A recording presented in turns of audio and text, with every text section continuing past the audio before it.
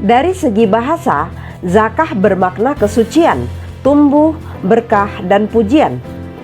Makna lain zakah adalah tumbuh atau berkembang dan bertambah. Dikatakan zakah az-zar'u, artinya tanaman itu tumbuh dan bertambah tinggi. Bentuk jamak zakah adalah zakawat. Zakat juga bermakna kebaikan. Itulah pembukaan di video ini.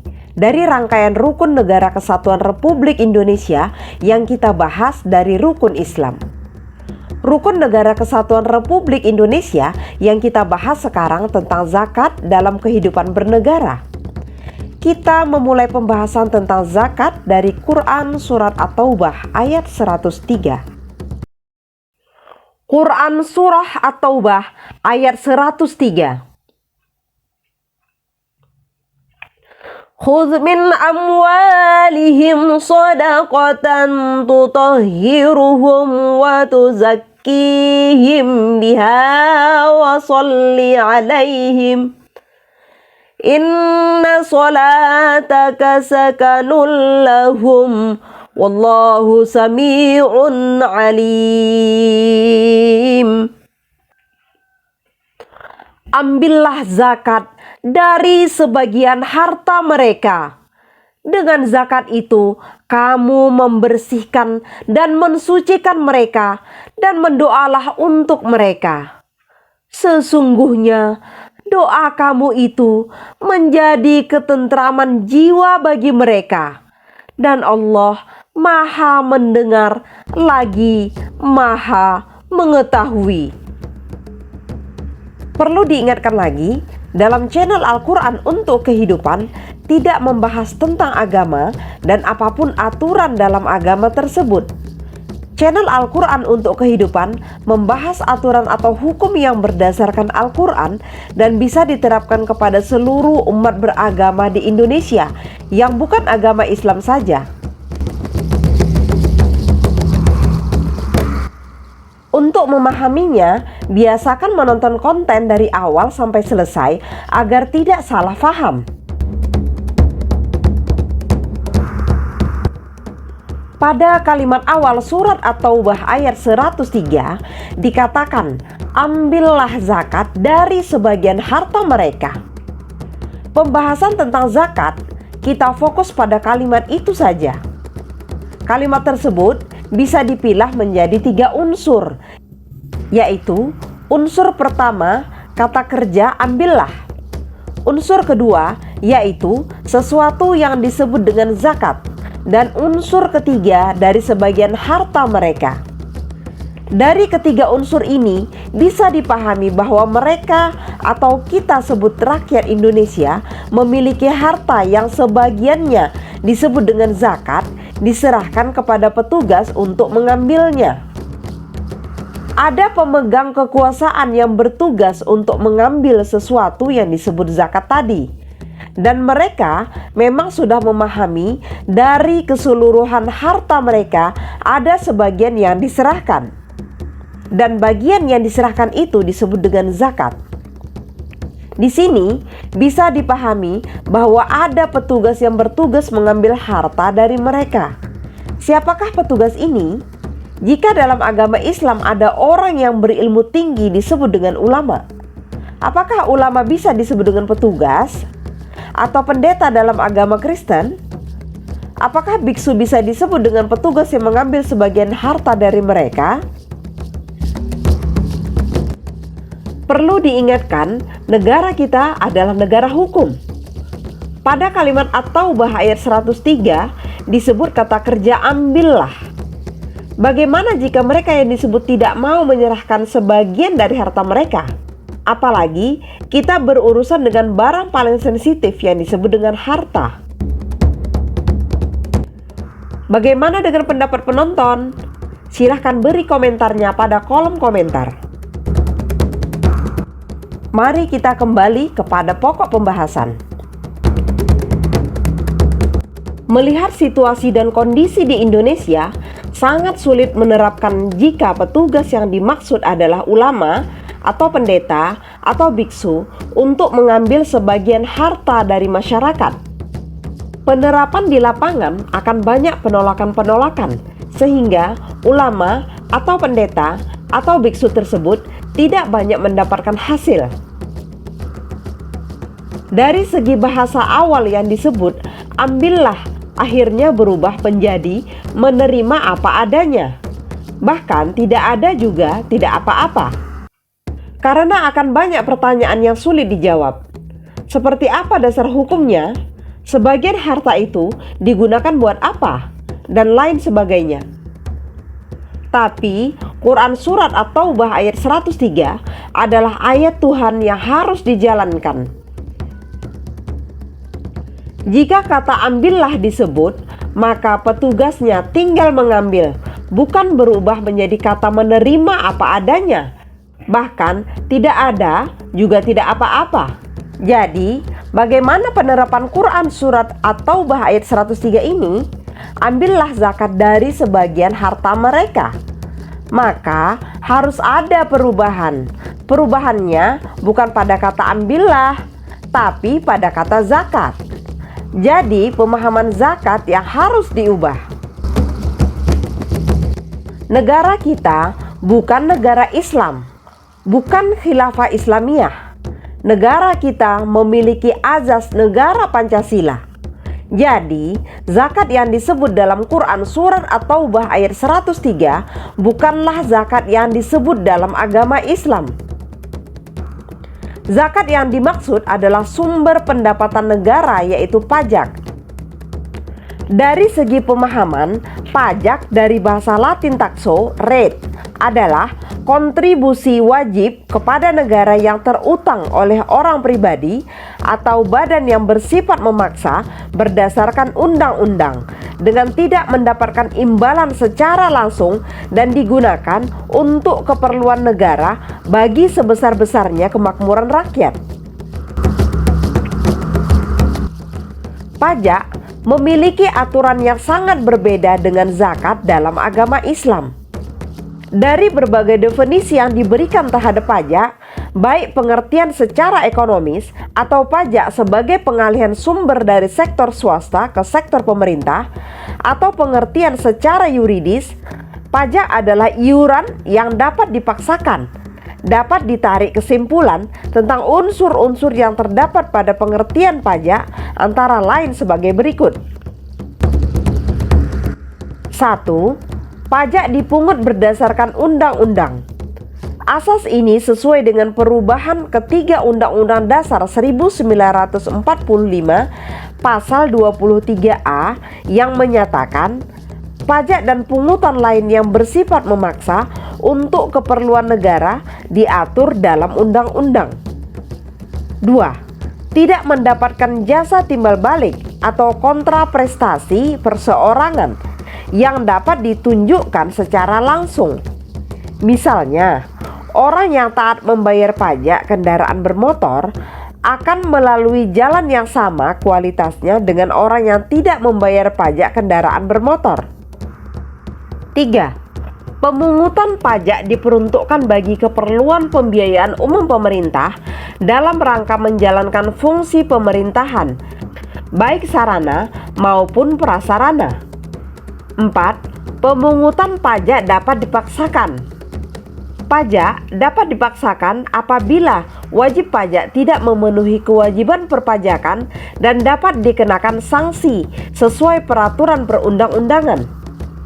5. Selain fungsi budgeter atau anggaran, yaitu fungsi mengisi kas negara atau anggaran negara yang diperlukan untuk menutup pembiayaan penyelenggaraan pemerintahan, pajak juga berfungsi sebagai alat untuk mengatur atau melaksanakan kebijakan negara dalam lapangan ekonomi dan sosial atau fungsi mengatur atau regulatif. Dari 5 kesimpulan yang dijelaskan sebelumnya, dapat dipahami bahwa kesimpulan tersebut bisa merujuk pada Quran Surat At-Taubah ayat 103 yang pada kata ambillah. Petugas pajak tinggal mengambil dari sebagian harta mereka.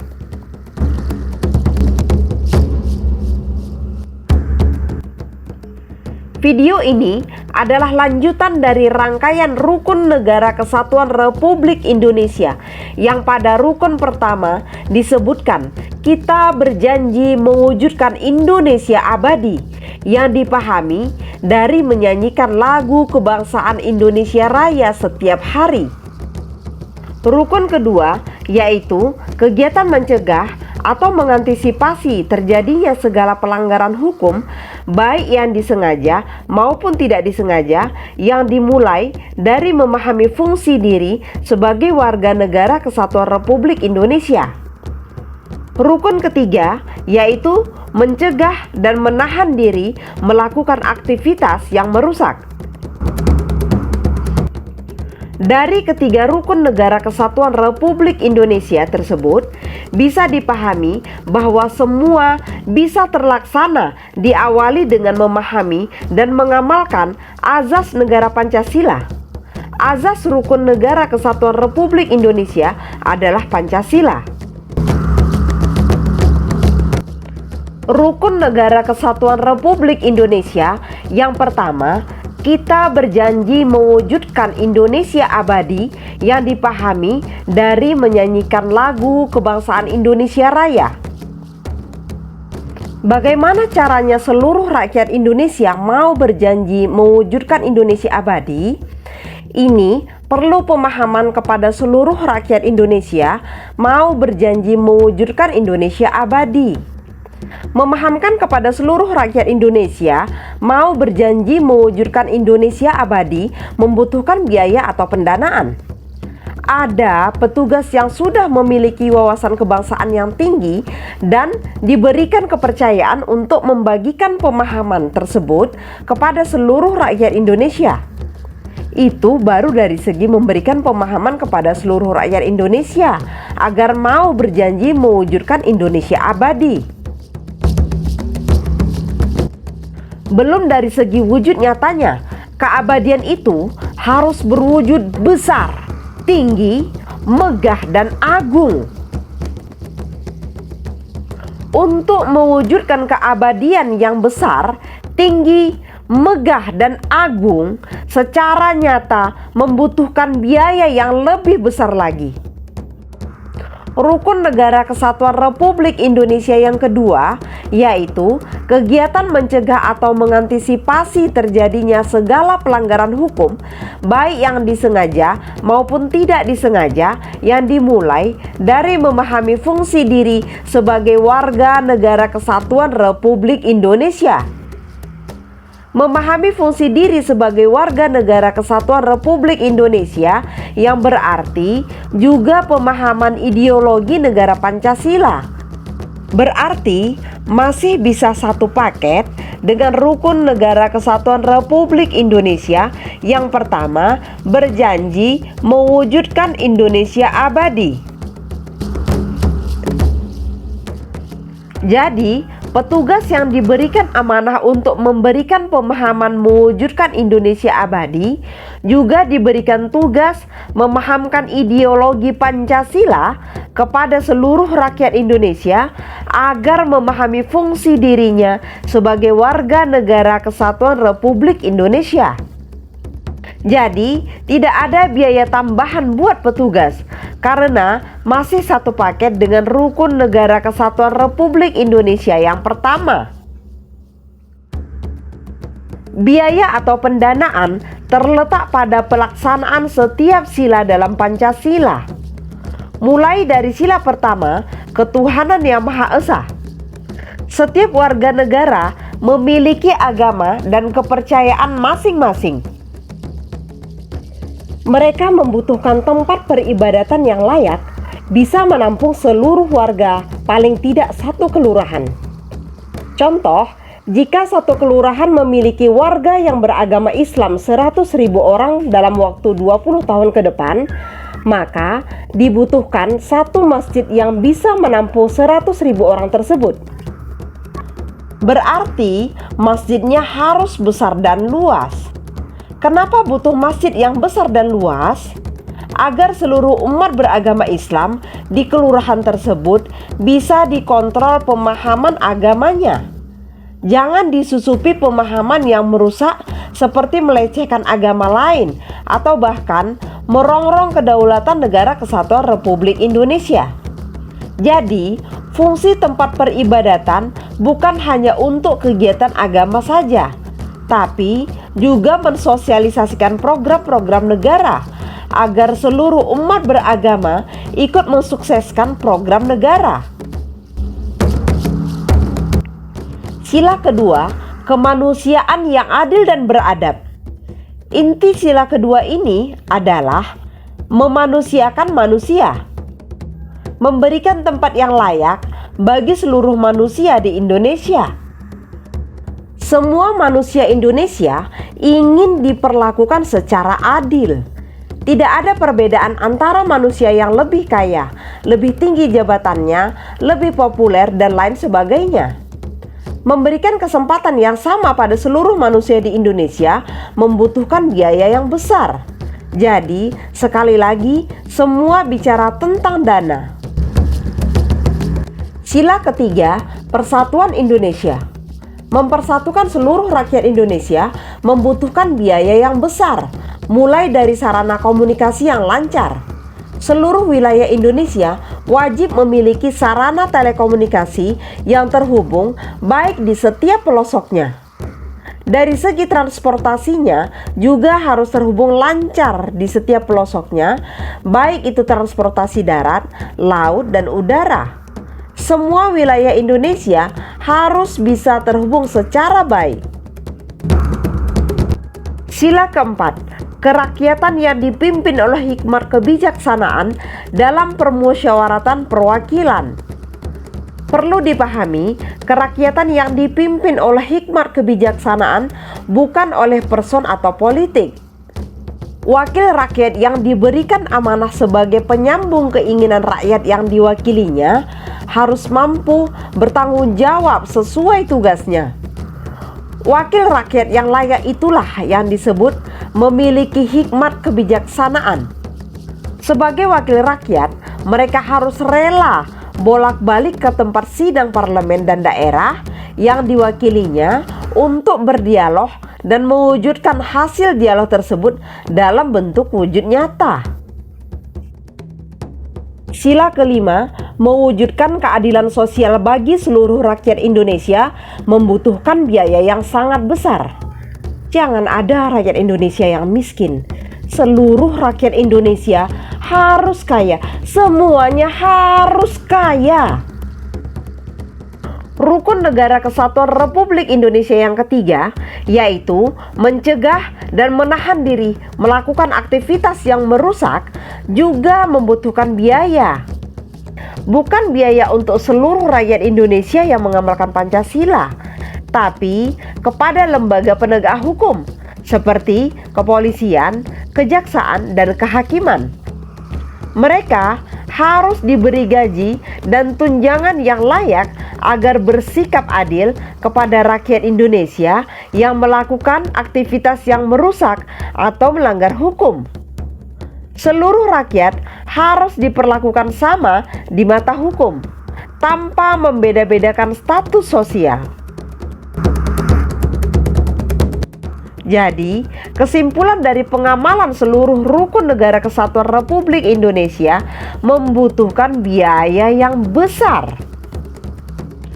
Rukun Negara Kesatuan Republik Indonesia yang kita bahas dari rukun Islam tentang zakat, inilah yang membicarakan tentang uang atau pendanaan.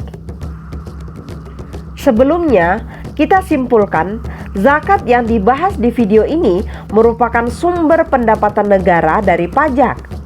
Namun, rukun Negara Kesatuan Republik Indonesia yang kita bahas bukan sekedar pajak, tetapi lebih luas lagi, yaitu anggaran pendapatan belanja negara. Pengamalan rukun Negara Kesatuan Republik Indonesia yang pertama, kedua, dan yang ketiga membutuhkan perencanaan yang matang. Kita bicara Indonesia abadi. Abadi berarti selama-lamanya, bukan hanya 1 tahun, 5 tahun, 10 tahun, atau 100 tahun saja.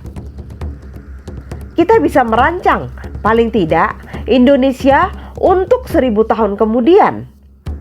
Apa yang harus kita capai untuk 1000 tahun Indonesia merdeka? Berapa APBN yang dibutuhkan tahun ini? Berapa APBN tahun depan, 5 tahun lagi, atau 100 tahun lagi? Semua harus dirancang secara matang agar Indonesia abadi bisa terwujud. Tahun ini, anggaran pendapatan belanja negara Kesatuan Republik Indonesia sebesar 2.750 triliun. Apakah dengan dana 2.750 triliun layak untuk mengamalkan seluruh rukun negara Kesatuan Republik Indonesia? Saya jawab, sangat-sangat tidak layak sama sekali. Indonesia merupakan negara besar dari segi wilayah dan dari segi jumlah penduduk. Untuk merancang anggaran pendapatan belanja negara, setidaknya sama dengan negara kecil Amerika Serikat. Anggaran pendapatan belanja negara Amerika Serikat sejumlah 46.452 triliun tahun 2020. Paling tidak itulah anggaran pendapatan belanja negara kita. Baru bisa disebut layak anggaran pendapatan belanja negara untuk negara besar Indonesia. Dari mana sumber anggaran pendapatan belanja negara? Tentu saja dari pajak dan sumber pendapatan lainnya. Perlu diingat, jangan dari hutang. Kita negara kaya. Untuk mendapatkan anggaran pendapatan belanja negara sejumlah 46.452 triliun bisa diraih. Tahun ini, anggaran pendapatan belanja negara sudah ditetapkan sebesar 2.750 triliun. Masih jauh untuk mencapai 46.452 triliun. Bagaimana cara mencapai anggaran pendapatan belanja negara 46.452 triliun dan berapa lama? Itulah yang harus dirancang dari sekarang. Untuk membahasnya, kita bisa pahami dari Quran Surat An-Nisa ayat 95. Quran Surah An-Nisa ayat 95.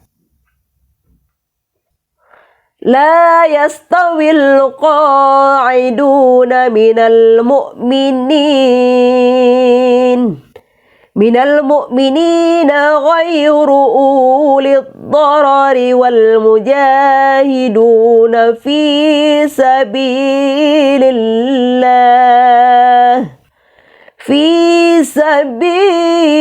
الله بأموالهم وأنفسهم فضل الله المجاهدين بأموالهم وأنفسهم على القاعدين درجة وكلا وعد الله الحسنى وفضل الله المجاهدين على القاعدين أجرا عظيما.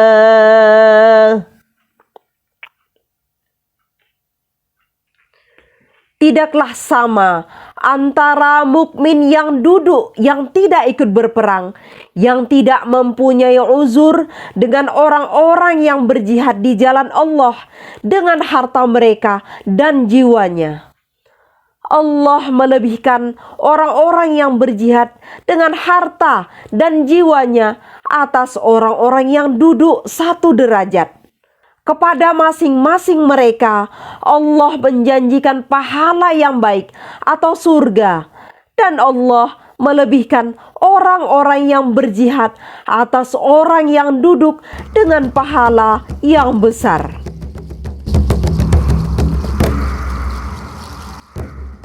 Apa maksud Quran Surah An-Nisa ayat 95 tersebut? Pemahaman tentang Quran Surat An-Nisa ayat 95 disesuaikan dengan topik yang kita bahas sekarang, yaitu meningkatkan anggaran pendapatan belanja negara kita menjadi 46.452 triliun. jangan diterima secara harfiah sesuai terjemahan ayat tersebut.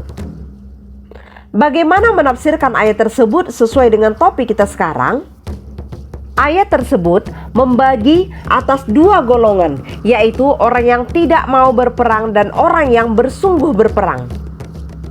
Apa perang kita? Perang kita adalah mencapai target anggaran pendapatan belanja negara 46.452 triliun. Itulah perang kita. Perang kita bukan membunuh atau terbunuh dalam perang fisik. Perang kita adalah kita harus memiliki uang sebesar 46.452 triliun dalam 1 tahun. Jika kita sudah mencapai anggaran pendapatan belanja negara 46.452 triliun, apa yang kita dapat? Dalam Quran Surah An-Nisa ayat 95 disebutkan kita diangkat derajatnya 1 tingkat, yaitu dari negara berkembang menjadi negara maju. Bukankah ini layak diperjuangkan? Sekali lagi, ini adalah perang. Kita bisa memulai dari Quran Surah At-Taubah ayat 103 yang disampaikan sebelumnya, yaitu ambillah zakat dari sebagian harta mereka, atau ambillah pajak dari sebagian harta mereka. Berapa yang dimaksud dengan sebagian?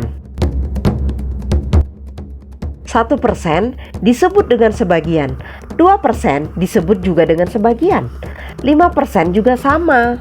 Begitu juga dengan 10%, 20%, 50%, 75% masih disebut sebagian. Bahkan 99,99% juga disebut sebagian.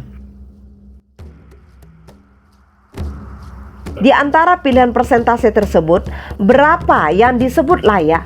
Kita sungguh-sungguh berperang mewujudkan 46.452 triliun. Indonesia memiliki penduduk dewasa sebanyak 170,22 juta jiwa dengan kekayaan sejumlah lebih kurang 22.000 triliun. Seandainya sebagian yang kita pakai adalah 75%, maka pajak yang didapatkan adalah 16.500 triliun.